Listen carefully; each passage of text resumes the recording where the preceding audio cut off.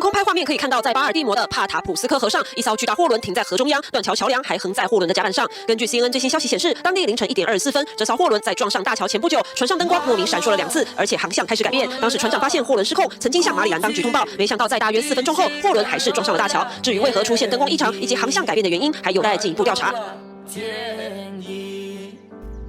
他说：“我们现在最要工作的是控制别人的导弹的发射和它改变它的方向。那说用手机未来的互联网物联网的世界导弹，所有的 WiFi， 所有的互联网络，甚至是你自己的未来新发展的区域的各种互联网，都是他们攻克的对象。他说现在要杀人，根本无法达到，因为交通工具现代互联网就是最好的杀人。不幸的这件事差点发生了。”我为什么一定要在阿根廷示范？那场这个教育是有巨大的，没有人敢说这件事情没人操控，没有人敢说这件事情危害。我们反对的是共产党，这就是人类上的黑科技的战争、网络的战争和现在真真正正的道国人要发动在全世界的，这是所谓的软实力战。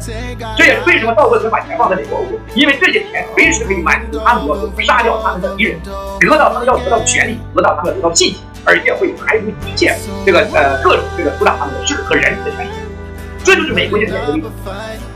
我即将到美国国会去作证，讲这个事情，我怎么各位好，欢迎收看全球新闻。韩国当地时间12月29号上午9点，济州航空 7C2216 航班客机在韩国务安机场着陆时，因迫降失败而失事，179人遇难，只有2名机组人员生还。韩国举国哀悼，失事客机的黑匣子已经找到。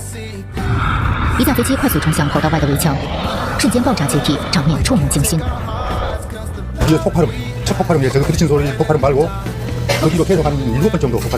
日，济州航空7C2216航班客机从曼谷飞抵韩国务安国际机场时，因起落架故障而试图迫降，但发生意外。这架波音73700型客机上共有173名韩国乘客、2名泰国乘客和6名机组人员。目前仅有机尾处的2名空服员生还，成为韩国境内有史以来最严重的空难。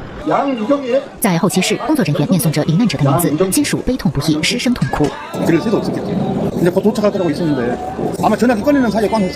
据悉，客机准备在务安机场1号跑道降落时，发现无法正常着陆而复飞，并在第2次尝试着陆时坠毁。同一天，因弹劾而停职的总统尹锡悦发文对遇难者家属表示深切哀悼，并表示将与人民在一起，尽快渡过难关。韩国政局目前正面临尹锡悦总统发布出人意料的戒严令，而后反对党接连弹劾总统以及代理总统的政治动荡，令国际社会关注。专家们分析指出，韩国局势事关西方自由社会与中共的博弈。